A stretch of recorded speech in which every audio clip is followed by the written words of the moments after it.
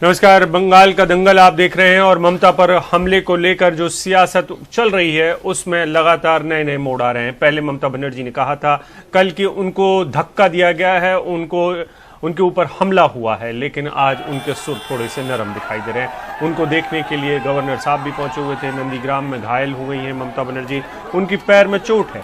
उनके जो चोट है उसको पहले तो लोगों ने स्वीकार करने से मना कर दिया था, यानी कि बीजेपी ने स्वीकार करने से मना कर दिया था। अब बीजेपी भी स्वीकार कर रही है कि उनको चोट तो लगी है, लेकिन उनको कह रही है कि वो उनके ऊपर कोई हमला नहीं हुआ है, ये उनको चोट लगी है। और मेलोड्रामा शब्द का इस्तेमाल कर रही है बीजेपी उनके लिए। और टीएमसी के बहुत सारे नेता अब भी लगे हुए हैं कि उनको जान से मारने की धमकी दी गई थी या जान से मारने की साजिश रची गई है। अस्पताल के बेड से आज ममता बनर्जी ने एक वीडियो संदेश जारी करके कहा है कि नंदीग्राम में वो भीड़ का अभिवादन कर रही थी, उसी समय जोर से धक्का दिया गया जिससे उनका पैर कुचल गया। ममता बनर्जी ने अपने कार्यकर्ताओं से शांति बनाए रखने की अपील भी की और कहा कि वो 2-3 दिनों में ठीक होकर फिर से मैदान में आ जाएंगी।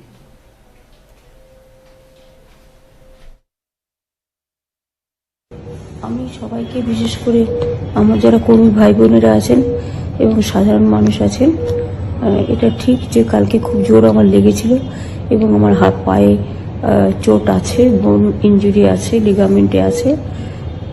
আর কালকে আমার মাথা এবং চেস্টে খুব পেনও হয়েছে। এত বড় একটা চোট লাগার পরে আমার গাড়ি বনেটের উপরে আমি দাঁড়িয়ে নমস্কার করছিলাম। ন্যাচারালি তখন এমন জোরে চাপ আসে যে তাতে আমার পুরো গাড়িটা চেপে যায় আমার পায়ের মধ্যে। এই অবস্থায় আমার কাছে যা ওষুধ টষুধ ছিল সেগুলো খেয়ে সঙ্গে সঙ্গে আমরা কলকাতার দিকে রওনা হই এবং তারপর থেকে ডাক্তারদের চিকিৎসাধীন আমি আছি। আমি অনুরোধ করব আমার সকলের কাছে যে সকলে শান্ত থাকুন, সংযত থাকুন, ভালো থাকুন, আর এমন কিছু করবেন না যাতে মানুষের কোনো অসুবিধা হয়। আমি আশা করি 2-3 দিনের মধ্যে আমি আবার নিজের ফিল্ডে ফিরে যেতে পারবো। তবে হয়তো পায়ের প্রবলেম থাকবে, কিন্তু আমি ম্যানেজ করে নেব। আমার মিটিং আমি কিছুই নষ্ট করব না, বাট হয়তো আমাকে কিছুদিন হুইল চেয়ারে করতে হবে, সেটা আপনাদের সহযোগিতা চাইব।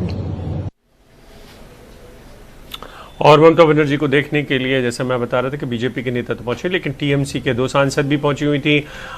और इनको ये जब टीएमसी की जो नेता हैं वो मिलने के लिए पहुंचे, 2 सांसद हैं, इनको भली भांति बहुत सारे लोग जानते हैं, नुसरत जहां और मिमी चक्रवर्ती। इन दोनों को ममता बनर्जी ने ही सांसद में भेजा है, चुनकर पहुंची हुई हैं। इन्होंने कहा है कि ममता बनर्जी फाइटर हैं और उन्हें फाइट करना पसंद भी है। नुसरत जहां ने ये बात कही है। She is a fighter. Didi নিজেও বলেছে যে I am a street fighter. She likes fighting, standing on the street.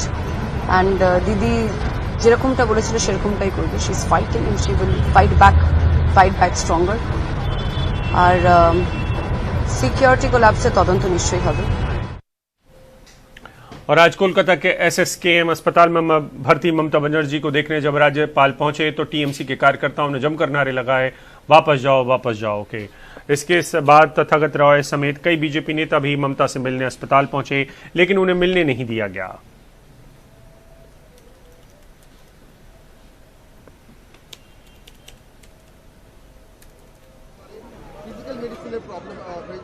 मुख्यमंत्री का हेल्थ बुलेटिन कुछ ही देर पहले डॉक्टर मणिमय बंदोपाध्याय ने शेयर किया सबके साथ। उनका कहना है कि उनका जो एंकल में एक बोनी इंजरी है उस पर नज़र दिया जा रहा है, और दूसरा जो चिंता के लिए एक कारण है और वो है एक frontal headache, which means sir के सामने तरफ एक हेडेक, दर्द, जिसको भी डॉक्टर्स मॉनिटर कर रहे हैं।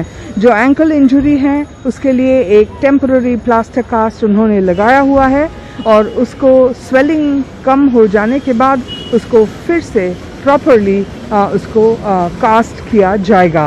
साथ साथ ममता बनर्जी की खून की परीक्षा हुई है, उसमें सोडियम की थोड़ी कमी है, उसके लिए दवाई दिया जा रहा है। मॉनिटर कर रहे हैं 6 डॉक्टर्स का एक टीम, और ज़रूर उनका अवस्था अब स्थितिशील है, लेकिन अंडर वॉच 72 घंटों के लिए वॉच रखा जाएगा, ऐसा ही हमें सुनाई दे रही है। कुछ सूत्रों का साफ कहना है कि उनके पैर के हड्डी में एक क्रैक है, उसके लिए बहुत ही दर्द में है और उन्हें पेन किलर्स दिया जा रहा है। इस जो बुलेटिन और इस ममता बनर्जी का ये घटना को लेके इस बीच तो ज़बरदस्त राजनीति शुरू हुई है। आज ही सुबह से इसको लेके तृणमूल और बीजेपी का एक शोडाउन चल रहा है इलेक्शन कमीशन के ऑफिस पर।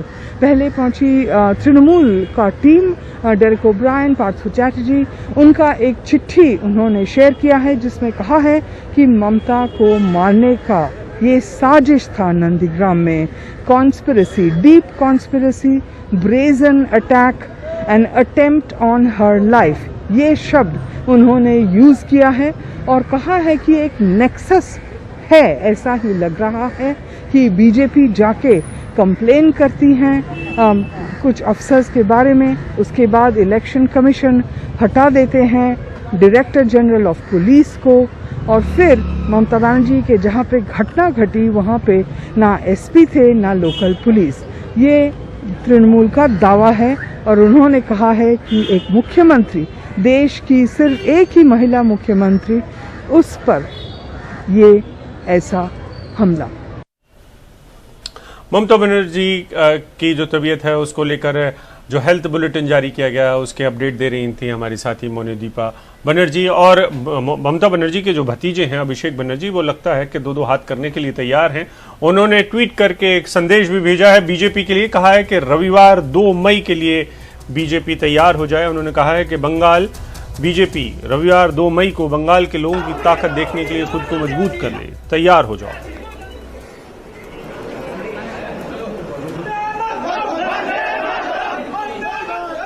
और बाबुल सुप्रियो दरअसल हमले के दावे पर सवाल उठा रहे हैं। उनका कहना है कि सभी लोग उठा रहे हैं, वैसे कांग्रेस भी यही कह रही है कि इतनी सुरक्षा के बीच में मुख्यमंत्री पर हमला कौन कर सकता है, लेकिन टीएमसी ने इसको ट्विस्ट देने की कोशिश की है कि डीजीपी हटाए गए और एसपी नहीं थे, इसका मतलब ये कि हमले का मामला है। बाबुल सुप्रियो को सुनिए, वो कह रहे हैं कि सवाल ही नहीं उठता हमले का। अब बीजेपी का जो बंगाल यूनिट है वो ऐसे किसी काम में शामिल हो ही नहीं सकता है। মিডিয়াতে অনেক কিছু দেখছি শুনছি, কিন্তু আমি কোনোভাবেই বিশ্বাস করি না, একেবারেই মানব না যে বিজেপির কোনো ছেলেরা বা বিজেপির কোনো কর্মকর্তা বা বিজেপির কোনো কর্মী ওনাকে ধাক্কা দিয়ে ফেলে ওনার বিরুদ্ধে ষড়যন্ত্র করে ওনাকে আহত করেছে। যে ধরনের সিকিউরিটি কাভার মুখ্যমন্ত্রীর থাকে এটা কোনোভাবেই সম্ভব না। ডেফিনেটলি লেগে যাওয়াটা দুর্ভাগ্যজনক, কিন্তু তারপরে উনি যেটা করছেন সেটা বাংলায় অত্যন্ত মানে ভোটের সময় অ্যাবসলিউট মেলোড্রামা।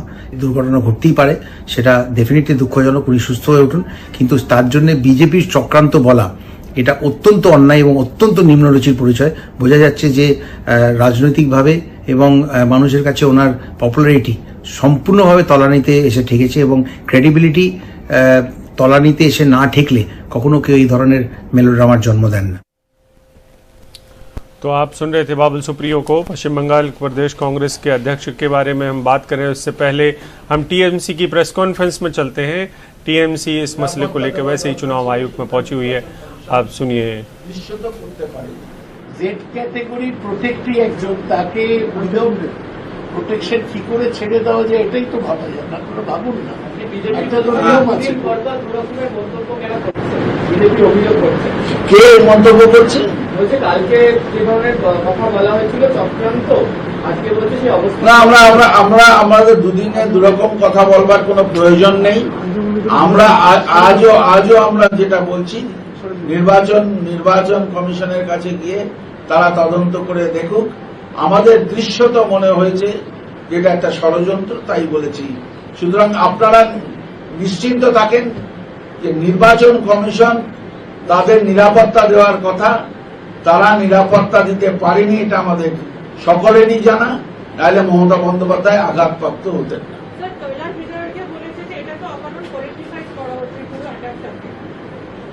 সেটা তার তিনি তো অনেক কৈলাস বিজয়বাড়িয়া কে এমপি, কোন মন্ত্রী, তার কথা কেন জবাব দিতে হবে?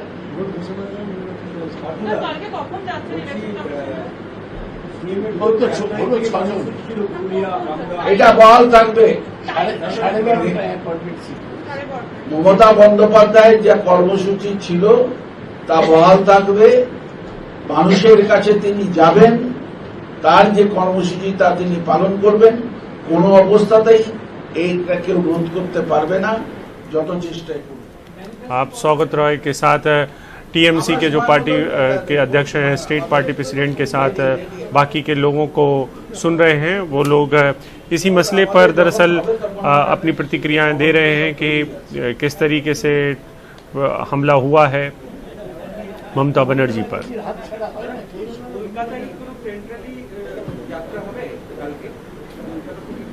আমরা প্রতিটি ব্লকে और जैसा कि मैं कह रहा था कि टीएमसी इसको ये बताने की कोशिश में लगी हुई है कि उनकी नेता के ऊपर हमला हुआ है। डीजीपी के को हटाने से इसको जोड़ रहे हैं कि चुनाव आयोग ने डीजीपी को हटाया और उसके बाद ये हमला हो गया। उन्होंने एसपी की गैर मौजूदगी को भी मसला बनाया है नंदीग्राम में। नंदीग्राम ममता बनर्जी के लिए भी नाक की लड़ाई है, बीजेपी के लिए भी नाक की लड़ाई है, क्योंकि शुभेंदु अधिकारी का भविष्य इस बात पर निर्भर करता है बीजेपी में कि वो कितने दिनों तक कितनी अच्छी फाइट दे सकते हैं या ममता बनर्जी को हरा पाते हैं या नहीं।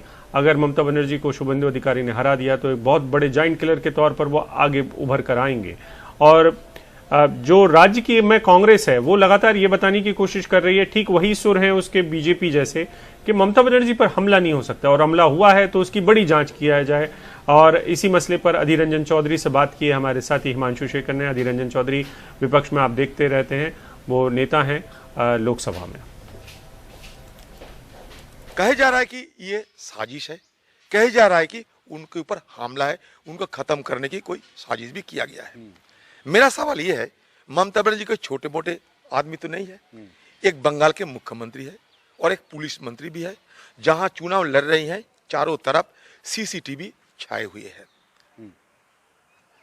और इसी बीच इसी दरमियान कैसे उनके पास बाहर वाले 4 गुंडे पहुंच चुके और उनके ऊपर हमला बोले और हमला के चलते उनको जख्म हुई, ये सारे बात अब तक स्पष्टीकरण नहीं हुई है। तो हम चाहते हैं कि इतना देर क्यों कर रहे हैं? कम से कम बंगाल के सीआईडी तो है, बंगाल में तो पुलिस के सीआईडी होते हैं, इन्वेस्टिगेशन डिपार्टमेंट है, लोकल पुलिस भी है, स्पेशल इन्वेस्टिगेशन टीम भी है, सीबीआई है, और खासकर मुख्यमंत्री जैसे एक बड़ा हस्ती उनके ऊपर इससे कि हमला हो तो आतंकवाद के साथ इसका कोई जुड़ा हुआ संपर्क हो सकते हैं। तो इसके लिए एनआईए को भी बुलाया जा सकता है। कुछ तो कीजिए, दूध और पानी में फर्क हमें मालूम हो। इस बीच कुछ चश्मदीद भी सामने आए हैं जो कह रहे हैं कि हमले की बात गलत है, ऐसा कुछ नहीं हुआ है। ইনি ঢোকার গায়ে এখানে লেগেছে, দরজাটা লেগেছে নিজের, কিন্তু কেউ ধাক্কাও মারেনি, কিছু না। উনি বলছেন খোলা ছিল না, উনার দরজা খুলে দেওয়ার মতো তার আলাদা সিকিউরিটি থাকে, দরজা উঠে গেলেও বন্ধ করার মতো আলাদা লোক থাকে। এখানে সাধারণ মানুষের কোনো ভূমিকা নেই। যেখানে জেড প্লাস ক্যাটাগরি থাকে সিকিউরিটি, সেখানে তার উপরে কোনো সিকিউরিটি হয় না। হ্যাঁ, উনি সম্পূর্ণ এটা ভুল বলছে, এর কোনো ভিত্তি, যার কোনো ভিত্তি হয় না। না, আমি বলছি দরজাটা খোলা ছিল না বন্ধ ছিল গাড়ি? উনি দরজা খুলেছে, উনি বেরিয়েছেন, তারপরে গাড়ি থেকে নেমেছিলেন, তারপর হয়তো এখানে লেগেছে। অনেক মানুষের চাপ ছিল, এক পা নামিয়েছিল, এক কখনো নাবেননি গাড়ি থেকে, আর গাড়ি আগে চলে গেছে, তাই তো আপনি বলছেন? সেই সময় গাড়িটা এগিয়ে গেছে, মানে মুখ্যমন্ত্রী যখন গাড়ি থেকে নামছিল তখন গাড়ি এগিয়েছে। দুটো গাড়ি ছিল, আগে পুলিশের মতন দুটো গাড়ি ছিল। উনি এটা আগে নামুক পরে নামুক, মানুষ মুখ্যমন্ত্রী গ্রামে এসছে মানে কি সবাই দেখার একটা ছিল, মানে ক্রাউড ছিল। হ্যাঁ অবশ্যই, এখানে মানুষের কোনো নেই যে হচ্ছে উনি এসছে কোনো করি, উনার কি ক্ষতি করবে? উনি একটা সিএম, মানে বিশাল ব্যাপার। পার্সোনালি ভালো খারাপ কোনো ব্যক্তিগত ব্যাপার, কিন্তু মানুষ দেখতে গেছে, সেখানে উনার নাম, মানে ভিড় ছিল ওখানে। হ্যাঁ ভিড় ছিল মানুষ। হ্যাঁ, তো ভিড় এটা হতেই পারে। দেখুন সামান্য আজকে আপনারা আছেন, কত মানুষের ভিড় আছে, যেখানে যদি সিএম আসে তাহলে মানুষের স্বাভাবিকভাবে তো ভিড় হবেই, এখানে কোনো বলার অপেক্ষা রাখে না। তো ওনার বক্তব্য হচ্ছে যে ওই ভিড়ের মধ্যে ভিড়ে যে ধাক্কাধাক্কি হয় সেটাই এটা হয়ে থাকতে পারে, এটাও বলা যাচ্ছে। এটা কি সত্য হতে পারে যে ভিড়ের ধাক্কাধাক্কিতে ওনারা লেগে গেছে? ভিড়ের ধাক্কা নয়, ওনার গাড়িতে উঠতে গিয়ে যদি লেগে থাকে সেটা আংশিক লেগেছে, বাকিটার কোনো ভিত্তি নেই বলে আমি মনে করি।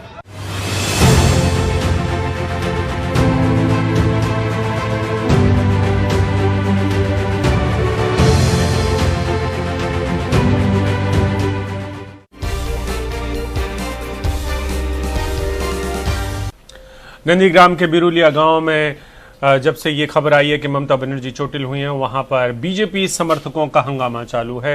उन्होंने टायर जलाकर विरोध प्रदर्शन भी किया है। उनका कहना है कि यहां पर उनके साथ कोई भी धक्का नहीं दिया गया, कोई साजिश रची नहीं गई है। और इन तस्वीरों को आप देखिए, उसके बाद तीन तस्वीरें हैं। इन तस्वीरों में आपको नजर आ जाएगा ममता बनर्जी जहां चोटिल हुई, वहां की तस्वीर है बिरुलिया की। चुनाव आयोग में टीएमसी भी पहुंचा और चुनाव आयोग में बीजेपी भी पहुंचा। टीएमसी ये कहते हुए पहुंचा कि ममता बनर्जी को मारने की साजिश रची जा रही है। डीजीपी के हटने से और एसपी की गैर मौजूदगी को टीएमसी ने एक साजिश के तहत माना है और डेरेक ओब्रायन के साथ और भी लोग पहुंचे हुए थे ममता बनर्जी के मामले में टीएमसी की शिकायत लेकर। और पार्थ चटर्जी भी थे उनके साथ। और टीएमसी ने जो चिट्ठी लिखी है उसके बारे में हम आपको बता दें। टीएमसी के बारे में मैं जो जिक्र कर रहा था कि नंदीग्राम की घटना को उन्होंने ममता की जान लेने की कोशिश से जोड़ा है। उनका कहना है कि ममता को जान से मारने की गहरी साजिश रची गई। दिन दहाड़े मुख्यमंत्री पर खुल्लम खुल्ला हमला हुआ। डीजीपी को हटाने के 24 घंटे बाद ये वाकया हुआ है, उनका ये कहना है। बीजेपी की शिकायत पर डीजीपी को हटाना सांठगांठ का हिस्सा है, ये इसको जोड़ा जा रहा है ममता बनर्जी पर हुए हमले से। जिले के एसपी की गैर मौजूदगी भी सांठगांठ का हिस्सा है और पड़ोसी राज्यों से बीजेपी समर्थक नंदीग्राम बुलाए जा रहे हैं, ये इल्जाम लगाया है टीएमसी ने। We submitted this letter to the EC with full details. What happened yesterday and caused grievous injury. She's the chief minister. She's India's only woman chief minister, but she's a Z category protecting. What is going on? Where does the buck stop? How far can this go? This is still not president's rule. This is still not a union territory. Hard questions have to be answered, and those responsible for this heinous incident need to be brought to book. और ये आप Derek O'Brien को सुन रहे थे। Derek O'Brien के बाद दरअसल BJP भी पहुंची हुई थी। बीजेपी ने बहुत सारे सवाल उठाए। उन्होंने पूछा है कि एम्बुलेंस कहाँ थी, डॉक्टर कहाँ था, मुख्यमंत्री के लिए सब मिलता है, मुख्यमंत्री के लिए एक सेफ हाउस होता है, वो कहाँ गई, वहाँ कहीं क्यों नहीं गई मुख्यमंत्री, नंदीग्राम से कोलकाता क्यों लाए, सीएम के लिए अस्पताल होता है, वहाँ पर अस्पताल में जाना चाहिए था। तमाम सवाल उठाए हैं। कार में ऑक्सीजन थी क्या, अगर नहीं थी तो इसके लिए कौन जिम्मेदार है, ये तमाम सवाल उठाकर उन्होंने पूरी बात टीएमसी के ऊपर धकेलने की कोशिश की है।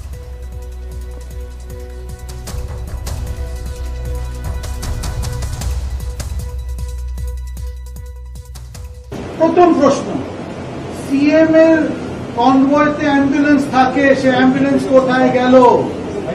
অ্যাম্বুলেন্সে ডাক্তার থাকে, ডাক্তার কোথায় গেলেন? কিংবা প্যারামেডিক কোথায় গেলেন? উনি মুখ্যমন্ত্রী, ওনার একটা এসওপি থাকে। সেকেন্ড, মুখ্যমন্ত্রী যখন কলকাতা থেকে বাইরে যান একটা চিহ্নিত সেফ হাউস হয়, সে কোন সেফ হাউস ছিল? তৃতীয়, একটা হাসপাতাল নির্ধারিত হয়, যদি কোনো অঘটন ঘটে ওইখানে মুখ্যমন্ত্রীকে নিয়ে যাওয়া হবে, ওই হাসপাতাল কোনটা ছিল? কেন গতকাল কি দেখলাম, গ্রিন করিডর বলুন, যাই করিডর বলুন, মুখ্যমন্ত্রীকে নন্দীগ্রাম থেকে কলকাতা নিয়ে আসা হলো, আর মুখ্যমন্ত্রী বলছেন আমার নিঃশ্বাস নেওয়ার কষ্ট হচ্ছে। কি গাড়িতে অক্সিজেন ছিল? এইভাবে একটা মুখ্যমন্ত্রীর সঙ্গে এটা কি ছেলে মানুষই হলো, ছেলে খেলা হলো? আমি আবার বলছি, এই সবে তদন্ত হোক। আর যে কথা এখন হয়েছে, ভিডিও ফুটেজ সার্বজনিক করে দিন, যাতে এই যে শুধু না হলে দুই দল পিং পং করবে, ওরা কিছু বলবে, আমরা কিছু বলবো, সব মানুষ একটা দেখতে পারবে টিভির পর্দায়, ইন্টারনেটের পর্দায় তার আসল ঘটনা কি ঘটলো।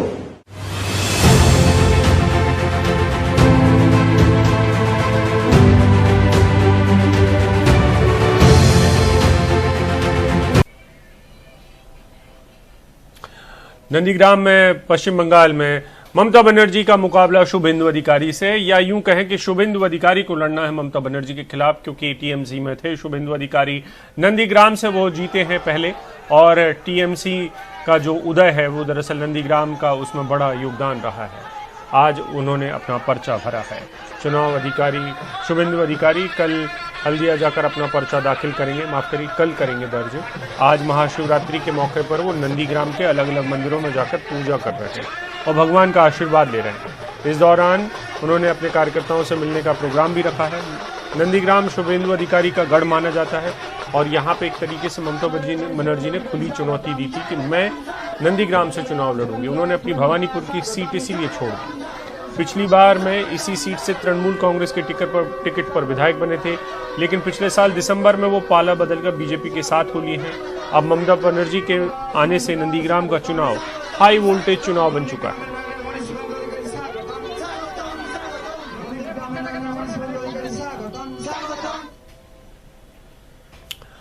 और आप सबको याद होगा कि 105 दिन हो चुके हैं किसानों के आंदोलन को, और संयुक्त किसान मोर्चा अब तक ये कह रहा था कि वो राजनीति का हिस्सा नहीं होना चाहता है, लेकिन वो बीजेपी के खिलाफ या केंद्र सरकार के खिलाफ अपनी बात करने के लिए उन राज्यों में जा रहे हैं जहां पर चुनाव हो रहे हैं। विधानसभा चुनाव में, पश्चिम बंगाल के चुनाव में भी वो ऐसा करने जा रहे हैं। वो बीजेपी के खिलाफ महापंचायत करेंगे, लोगों से कहेंगे कि वोट ना दें। 14 मार्च तक उनका ये कार्यक्रम केंद्र सरकार के खिलाफ चलने वाला है। पश्चिम बंगाल में कई कार्यक्रम करेंगे। संगठन कल कोलकाता प्रेस क्लब में एक प्रेस कॉन्फ्रेंस करेगा। एक गाड़ियों की रैली भी निकाली जाएगी जो कि रामलीला पार्क में किसान महापंचायत का आयोजन भी करेगी। 13 मार्च को नंदीग्राम में, 14 मार्च को सिंगूर में और आसनसोल में भी किसान महापंचायत का आयोजन किया गया है। छोटे दुकानदार भाई साथी जो हमारे अपना रोजमर्रा। और बात असम की, वहां पर भी चुनाव है। वहां पर बीजेपी के 2 विधायक जो हैं बागी हो गए हैं। बागी होने का जो साधारण कारण है वहां पर वही है कि उनको टिकट नहीं मिला। इनके नाम है दिलीप पॉल और शिलादित्य देव। इन लोगों को टिकट नहीं दिया गया था बीजेपी की तरफ से, तो इन्होंने बगावत कर दी है। ये सिलचर के विधायक हैं और पूर्व डिप्टी स्पीकर दिलीप पॉल जो कि दिलीप पॉल हैं, और होजोई के विधायक शिलादित्य देव शामिल हैं जिन लोगों ने ये बगावत की है। दोनों असम बीजेपी के काफी पुराने नेता हैं। शिलादित्य देव अपने कट्टर हिंदुत्व बयानों के कारण विवादों में रहे हैं। हिंदू शरणार्थियों, असम एनआरसी और सीएए के मुद्दे पर उनके बयान विवादों में रहे हैं। तो मेरे को टारगेट किया जा रहा था। ये पिछले 5 साल से मैं फील करते हुए आया। मुझे रोका जाता था कि आप मत बोलो, आप चुप रहो, चुप रहो। अरे I was very vocal about the Hindu शरणार्थी, बिकॉज जो हिंदू शरणार्थी असम में आके बसे थे, they came way back in 1950, 51 and all. लेकिन आपको पता है कि यहाँ बहुत राइट्स हुआ, फ्लड्स होते हैं, घर जल जाते हैं, तो इनके कागज वगैरह नहीं थे। So they could not justify that they are citizen of this country. तो अब क्या हुआ है, एक फीलिंग ऑफ नेग्लेक्ट था। और मैं since I was raising that issue now and then, तो मेरे को टारगेट किया जा रहा था। ये पिछले 5 साल से मैं फील करते हुए आया हूँ। मुझे रोका जाता था कि आप मत बोलो, आप चुप रहो, चुप रहो। अरे एक विधायक बना हूँ और यदि मैं हिंदू शरणार्थी के बारे में नहीं बोलूँगा तो किस बात के लिए मैं विधायक बना हूँ? तो लोअर असम में तो बिना माइनॉरिटी वोट का तो चलेगा नहीं। तो because of the Muslim appeasement देखा कि एक आदमी को मार दो तो शायद 10 सीट वहाँ जीत सकता है। ये जो गलत सोच आ गया है ना बीजेपी में, this is not going to help. और कार्यकर्ता का विश्वास उठ भी गया है, क्योंकि कार्यकर्ता को तो फांसी में चढ़ा दिया आपने। कार्यकर्ता को तो आपने पॉलिटिकली हत्या कर रहे हैं, और जो लोग हत्याकारी हैं वो लोग के हाथ में सिंहासन है। They are playing the game now. Event management party हो गया है, वो अपना इवेंट चलाने के लिए कोशिश कर रहे हैं। तो इसलिए लोगों को हकीकत पता है, लोग कष्ट में हैं। असम में तो झूठ का राजनीति चल रहा है, पूरी झूठ का राजनीति है। वहाँ दिल्ली में बोला जाता है, या जब बीजेपी का जन्म हुआ था तो हिंदू शरणार्थी, हिंदू का सुरक्षा के लिए ये पार्टी जन्म लिया था। लेकिन क्या वो चीज़ असम में हो रहा है?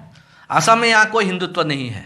दे वांटेड दैट, ये जो बंगाली हिंदू लोग हैं ना, ये लोग तो ऐसे भी वोट देता है बीजेपी को, आंख बंद करके वोट देता है। तो इसलिए उनका वोट तो वैसे भी आना है। तो इसलिए का वा को झमेला मत रखो, का झमेला रखेंगे तो अपर असम में असमीज वोट जो है वो चला जाएगा।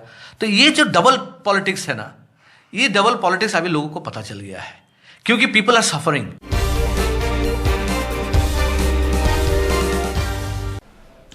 महाशिवरात्रि के मौके पर हरिद्वार में महाकुंभ की शुरुआत हो चुकी है। शाही स्नान किया हुआ है। अखाड़े सबसे पहले आए और उनका स्नान हुआ। सुरक्षा व्यवस्था कड़ी रखी गई है। 7 सन्यासी अखाड़ों और किन्नर अखाड़े के संत ने हर की पौड़ी पर सुबह के शाही स्नान किया। शाही स्नान के लिए हर की पौड़ी पर सभी इंतजाम किए गए थे। सीसीटीवी और ड्रोन के जरिए भी नजर रखी जा रही थी।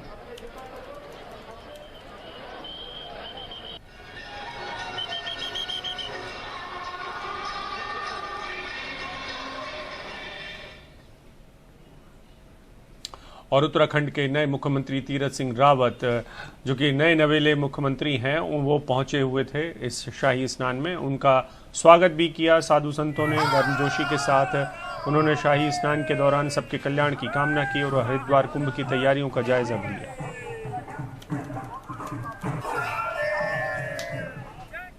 हरिद्वार में शाही स्नान के साथ साथ देश भर के तमाम बड़े शिवालयों और ज्योतिर्पीठों में बड़े धूमधाम से इस समय महाशिवरात्रि मनाई जा रही है। लंबी कतारें थी सुबह से ही, चाहे ओमकारेश्वर हो, चाहे महाकालेश्वर हो, चाहे देवघर का ज्योतिर्पीठ हो, तमाम जगहों पर आज बड़ी तस्वीरें देखने को मिली हैं। लोग कतारों में सुबह से लग गए थे। प्रयागराज में भी लोग सुबह से थे। उज्जैन, प्रयागराज, मुरादाबाद और गोरखपुर की तस्वीरें आपके टेलीविजन स्क्रीन पर हैं।